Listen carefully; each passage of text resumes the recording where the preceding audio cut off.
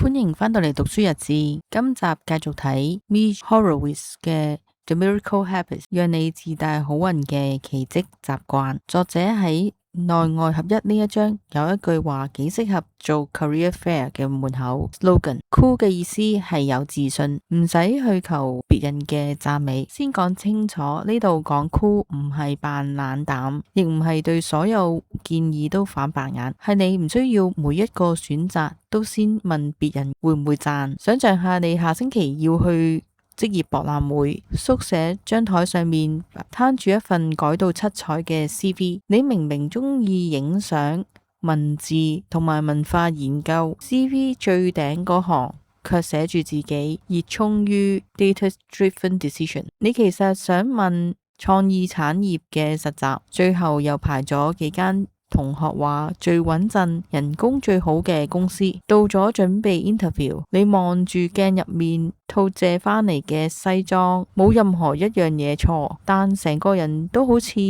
待人出席咁。問題唔係套西裝，亦唔係商業機構，問題係你有冇分清楚呢個係我為場合做嘅選擇啦，定係我驚人哋唔收貨，所以將自己剪到最安全嘅形狀。而最安全嘅形狀通常最難俾人記得。你同 recruiter 傾3分鐘，句句都正確。Team player、quick learner、love challenges， 對方禮貌地點頭，但3分鐘之後只係記得你同上一位差唔多。真正有用嘅個人特色未必係誇張嘅外表，可以係你講得出一個親手做過、願意追問到底嘅 project， 或者坦白解釋點解一個冷門題目令到你肯捱過最悶嘅階段。作者講內外合一，唔係叫你靠造型建立人設，更加唔係鼓勵你為反叛而反叛。佢講嘅係姓名、衣着、語氣、姿態、房間嘅佈置，你用嘅工具，全部都會參與你點樣經驗自己，同埋人哋點樣讀你。人生唔係內在一格，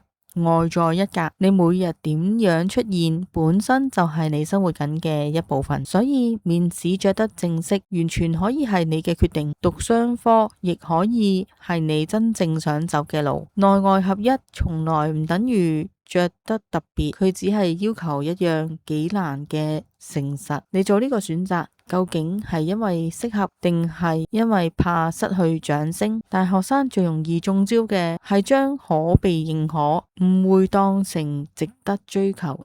見到同學去 exchange 就覺得自己應該去，見到人做 consulting case competition 就以為唔參加會輸蝕。LinkedIn 上邊人人都係 passionate、impactful leadership， 你寫到最後連自己真正做過啲乜嘢、中意乜嘢都俾一排漂亮嘅動詞遮住。利落啲處理，唔使即刻辭職轉係染頭髮，先做一個一致性嘅檢查。攞呢份 CV、IG bio 或者最近填過嘅實習申請出嚟，逐句問：如果冇 recruiter、冇同學、冇屋企人睇，我仲會唔會咁樣介紹自己？如果答案係唔會，唔代表一定要 delete 晒佢，但你要知道嗰句係策略，唔係身份。策略可以借，身份好外判。再做多一步，揾一個熟你但唔會一味氹你嘅人，俾佢睇下你份自我介紹。唔好問寫得好唔好，問邊一句最似我，邊一句任何人都 match。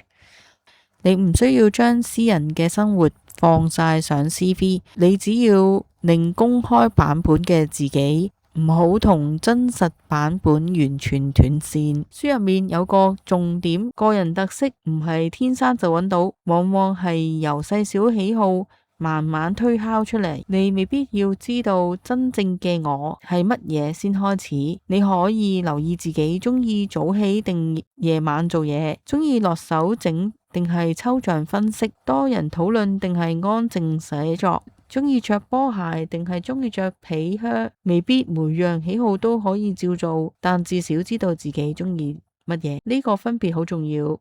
唔知道自己喜好，你每次揀 major、揀 internship、揀朋友圈，都只可以借市場最響嗰把聲做響度。知道之後，你仍然可能因為學費、屋企、簽證或者現實機會而妥協，但妥協會變成一個意識有期限嘅交換，而唔係慢慢咁忘記自己。例如你讀緊一個穩陣但唔算中意嘅學科，唔使戲劇化到聽日退學，你可以先保留每個星期2個鐘做一樣冇分數、冇證書、冇人催你，但你真係想做嘅事。剪一條片、畫一張畫、寫一篇評論、砌一個小工具，做夠4星期再問我係中意佢個想象，定係連沉悶嗰部分都願意做。真實唔係一句宣言，係經過使用之後仍然企得住嘅選擇。作者亦提醒我哋唔好太快接受自己應該需要嘅嘢。佢用車做例子，一個人以為自己想要車，拆開之後真正要嘅可能只係交通工具。放返喺校園 MBA、海外 exchange、big name internship 都可能係工具，係目的。你要嘅可能係技能、國際經驗、收入、家庭安心，或者證明自己冇落後。目的唔同，最合適嘅工具可以完全唔同。所以報名之前問得具體少少，我想呢樣嘢替我做到啲乜？如果冇呢個名銜，有冇成本更低、風險更細、更加貼身嘅方法？呢個問題一啲都唔浪漫，但可以替你慳好多時間。到呢度，人生洞見就唔只係做自己3個字。做自己唔係拒絕所有規則，亦唔係將任性包裝成真誠。成熟嘅內外合一係你知道幾時配合場合，